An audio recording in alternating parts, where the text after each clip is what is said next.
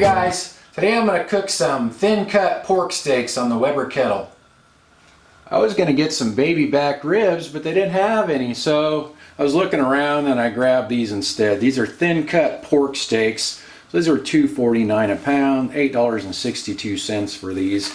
There's a pretty good amount of fat in these, so what I did last night is season them with some of that rub from the J. Christopher company. That's got sumac in it. It's a purple Middle Eastern berry, so gives the meat kind of a nice color. Pretty good flavor as well. So I seasoned these up with that and a little bit of kosher salt as well. It's there's not very much salt in that rub. That's another thing I like about it. So these have been in the fridge overnight, all seasoned.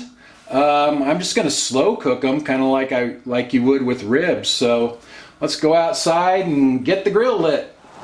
I'm using the slow and sear, so I'm just going to light the coals on one end here. What I usually use is just take a paper towel and soak it with some vegetable oil, some cooking oil, and that usually works pretty good. If I can get this match to light here.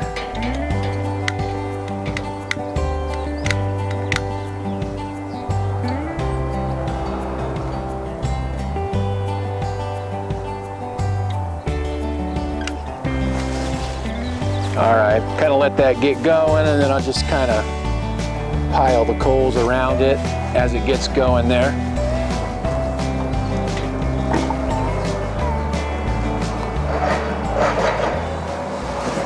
Okay, I think I'm all set. My coals are starting to go pretty good. I filled up the water reservoir. I have the dripping griddle pan underneath to catch the grease. This is the stainless steel cooking grate from Adrenaline Barbecue Company. That's really nice because it doesn't rust. Let's see. I think all there is to do now is get the lid on there. And I will show you how I have the vents adjusted when everything gets settled in. These have been on there here for about 40 minutes now, and I'm trying to keep the temperature between 225 and 250. So right now it's at 241, holding real steady at 241. So this top vent is about 2/3 of the way open, and this bottom one is right at the front edge of this second hole right there. These have been on there for about an hour and 25 minutes, and my temperature is kind of creeping up. It's up to about 280, so let's take a look here. Well, those look pretty nice color on them. I think I'm going to flip them over. Yeah, that's probably a good idea. Turn them over. All right, I'm going to get the lid back on and let those go a little while longer. And I'm going to close the vents down just a little. I want to see if I can get it closer to, or actually under 250. I'm having trouble getting my temperature down. I just closed the bottom vent completely and it's still climbing. It's at 311. So let me shut this one all the way and see if that makes a difference. Finally, with both vents all the way closed, the temperature's starting to drop some. I never had that problem before. I don't know why it's going up so much. It's been about half an hour since I closed the vents. They're still closed all the way and the temperature is still 264 degrees. So I want to check on these. I don't want to dry them out. I wish I could get the temperature down more, but I think I'm just going to brush some barbecue sauce on those now. I have some Coakley's barbecue sauce here. I'll brush some of that on there.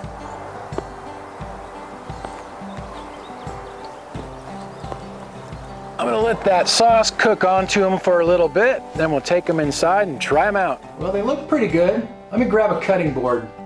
These were on there a little over 2 hours, about 2 hours and 10 minutes or so. So anyway, let's cut into one here and see how it looks. Oh, shut up, dogs. Come on. Looks pretty good inside. Let me cut a piece off and taste it here.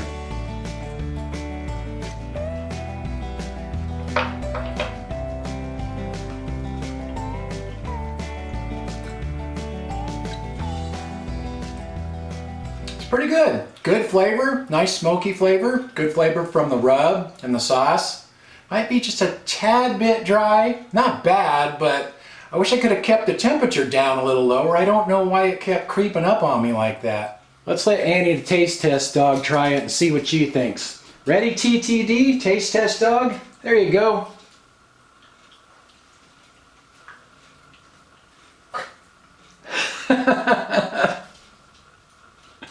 These are pretty good. I cut them into little finger-sized pieces. Pretty good.